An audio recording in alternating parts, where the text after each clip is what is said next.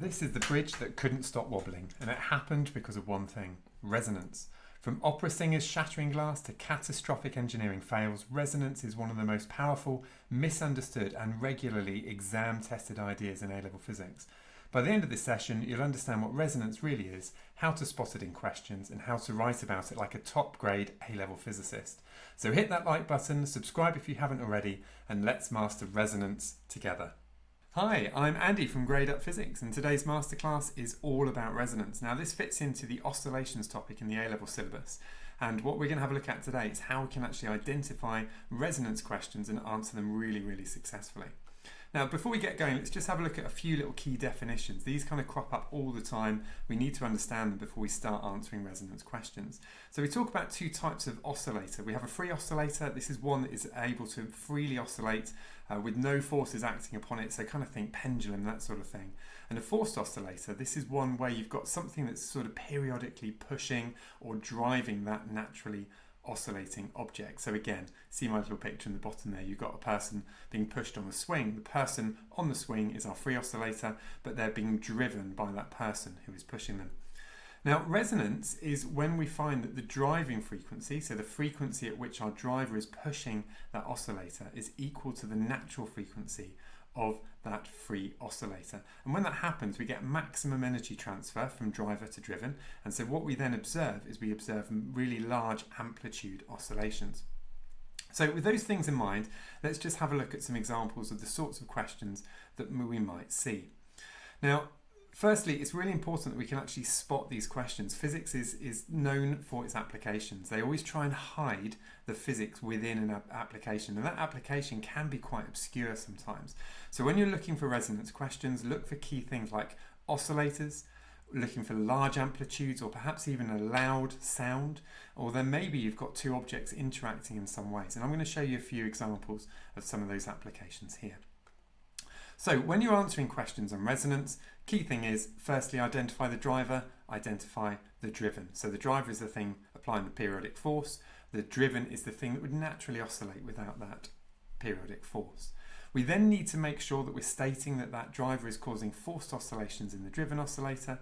Then we compare frequencies of the two, and then what we hopefully be able to do then is talk about energy transfer and resonance. So let's show you some examples and we'll see if we can work through a few of these together.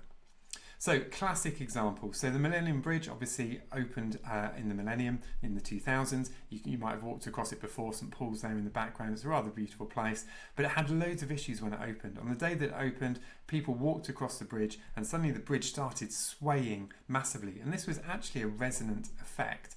So quite often when we see these physics questions, it will be sat in some sort of application just like this one. So you might be asked a question, why is it that the Millennium Bridge, when people walked across it, had large amplitude oscillations? So what we do is we go back to our steps. Now, the cool thing is with physics is even though we have these different applications, the physics is always the same. So we're always trying to identify the physics in that situation and then apply our understanding to it. So let's take our example here. We're going to try and identify the driver and the driven oscillators. So when we do that, the driver and the driven oscillators, this is going to be to do the people walking across the bridge. They're acting as the driver. They're causing forced oscillations in the bridge, so the bridge is being driven. Now what we then see is that the driving frequency, so that's the periodic footsteps of the people on the bridge, is going to equal that natural frequency of the bridge. So we then make some correct conclusions. We're going to say that the bridge is then going to resonate. We're going to see that there's a maximum energy transfer from the people to the bridge, and so therefore our bridge is going to oscillate with very large amplitude oscillations. Now we'll have a look at a few more examples, but what we're going to see is that these answers are very similar every single time. We're going to see these steps every single time. The only thing that's really going to change is what's the driver and what's the driven. So let's have a look at another example. So this is a really interesting one. This is where we have a vibration generator. You might have seen these in the physics lab before. We use them for all sorts of things if we're trying to create standing waves, or in this example here for resonance. And what you do is you add a little spring with a little loaded mass on the bottom. You set the vibration generator to a very specific frequency, and what you'll find is that the masses will bounce up and down with huge amplitude oscillations. They can sometimes even fly off. Now again, if this is set up in a question, we're looking again, what have we got here? We've got two objects, we've got oscillations. We might be told that at certain frequencies it will oscillate with very large amplitude. So again, we can start thinking, oh, this is probably a resonance question. So once again, let's identify the driver in the driven oscillators. So the driver, that's our vibration generator, and the thing being driven are our masses on a spring. Now again, we're then going to talk about frequencies. We're going to say that the vibration generator is providing this driving force at a frequency equal to the natural frequency of our mass spring system. So then we start making our conclusions. We can then talk about this idea that we've got maximum energy transfer from driver to driven. So in this case, vibration generator to mass spring system. This then results in large amplitude oscillations. Now, I'd recommend at this stage, just pause for a second, go back and have a look at the two model answers, and you'll see how similar these are. Once we've identified that it's resonance, we're there. All that we need to do, identify the driver, identify the driven, and then we can apply our physics just as before. So here's an example for you. Again, what I would do now, I would pause the video for a second and see if you can work through this without me actually helping you. So you'll notice here that I've set it up, it's scaffolded, I've put all those little blanks in there for you to think about some words that might fit in. So pause the video, have a look back at what we've just done and see if you can apply that to this particular situation. Now it's an interesting situation, this one. This is a sound box and a tuning fork, so you know those things that you ding and you can hear them at a particular pitch. If you put them on a hollow little box, you'll find that the actual volume of that tuning fork is significantly larger than it was before.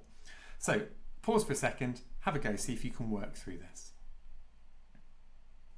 Okay, so hopefully you've had time to have a go at this yourself. If not, we'll have a look at it together now. Let's have a look at the answers for this one. So once again, identify driver, identify driven. So in this case, the driver is going to be our tuning fork. That's the thing that's initially vibrating, and it's going to cause some forced oscillations in our sound box at the bottom here. Now what we're going to see as usual, driving frequency is going to equal the natural frequency of the sound box, so resonance occurs. We talk about maximum energy transfer from tuning fork to the sound box, and once again we're looking here at very large amplitude oscillations. Now it's an interesting one, this, because this is actually a sound wave we produce, so rather than actually observing something moving more like we did with the bridge or with the mass on a spring, we're going to hear a louder sound because it's a sound wave. So a larger amplitude sound wave means it's going to have a higher volume. Now the other thing that's quite interesting about this one is that when you actually ting the tuning fork, there's a certain amount of energy that we have actually within that tuning fork.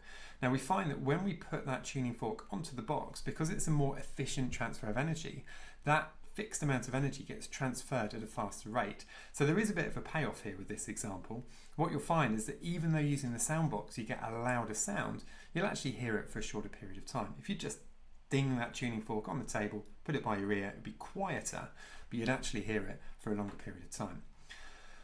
So I'm hoping that was quite helpful today. Again, these masterclasses are supposed to be short, sharp, little helpful hints for different bits of the physics course. As always, like, subscribe if you haven't already, and please, in the comments, tell me some things that you would like for the next masterclass. Anyway, I'll see you very soon. Thank you.